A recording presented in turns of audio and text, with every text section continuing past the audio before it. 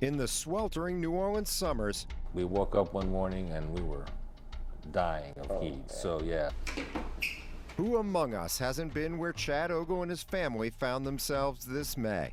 air conditioner upstairs. We have 2 units, one up, one down. So the upstairs unit died. Ogle got quotes from 2 AC companies, did his research, and he hired Natals because they promised to get all the required city permits and inspections. They said it was very important, and don't go with anybody that doesn't offer that up front. Why is that important to you? And having an inspection lets me know that their work is validated from a third party. Yeah.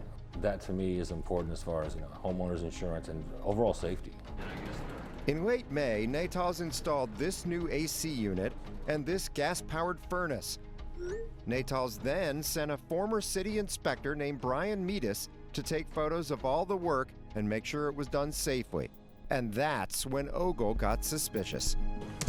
I happened to do a quick Google search, and the first thing that popped up was a story by David Hammer. Another domino has fallen in the sweeping corruption probe of the city's Safety and Permits Department as former inspector Brian Meadis pleads guilty to corruption in federal court. Brian Meadis went to prison for taking bribes from another inspector to falsify permits and inspections. After Meadis got out of prison, Natals hired him to do quality control. And this summer, Meadis tried to get back his Louisiana State Inspector's license. We got public records showing Meadis sending email after email through June and July, asking state officials why he had not been approved. Hi, Brian. I was hoping to talk to you.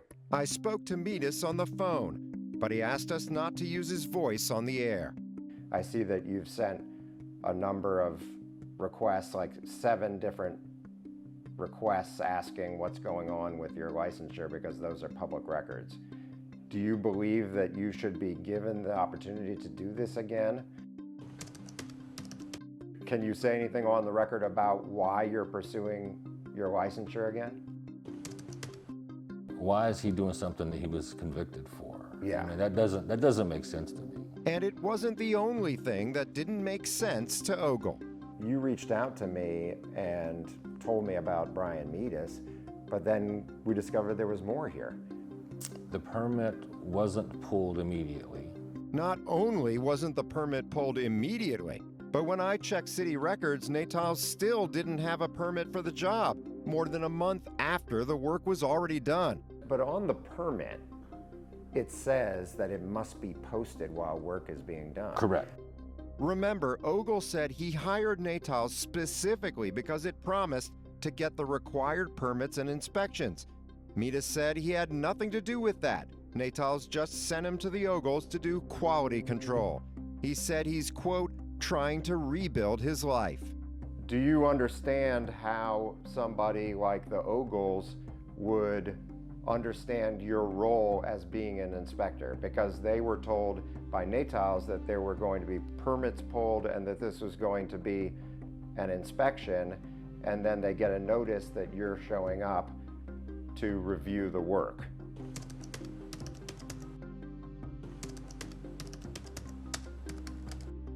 Correct. That's the other part of the problem, that they discovered only after the fact that there were no permits pulled for that job when it was actually done. Yeah. After I informed Ogle there was no permit, he complained to Natals. The HVAC system was working fine, but he wanted it inspected like Natals had promised. The company said it asked the city for a permit on July 8th.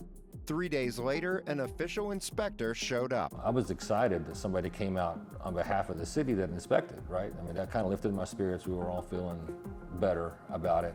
Like, things weren't done exactly by the book like they promised you, but in the end, no harm, no foul. They were going to get it done right. Right. So then I called you and said, okay, we have an inspector come out with the city. And I gave you her name. It was Bridget Meadis, Brian Meadis's cousin.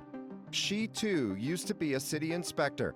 The city fired her in 2021 for allegedly wiping all the data off her city-owned cell phone when investigators asked her for it. fired by the city, but still allowed to do work as a private third-party inspector doing the same job, safety inspections on behalf of the city. She and her cousin are just two of many examples. James Muhammad, the inspector who went to prison for bribing Brian Metis. Larry Chan, the chief building inspector charged with falsifying inspections in Jefferson Parish. Buddy Fresh, a mechanical inspector accused of approving bogus permits. They were all able to keep doing inspections after getting in trouble by working for Randy Farrell, who now faces his own criminal charges for allegedly falsifying inspections and bribing Mayor LaToya Cantrell.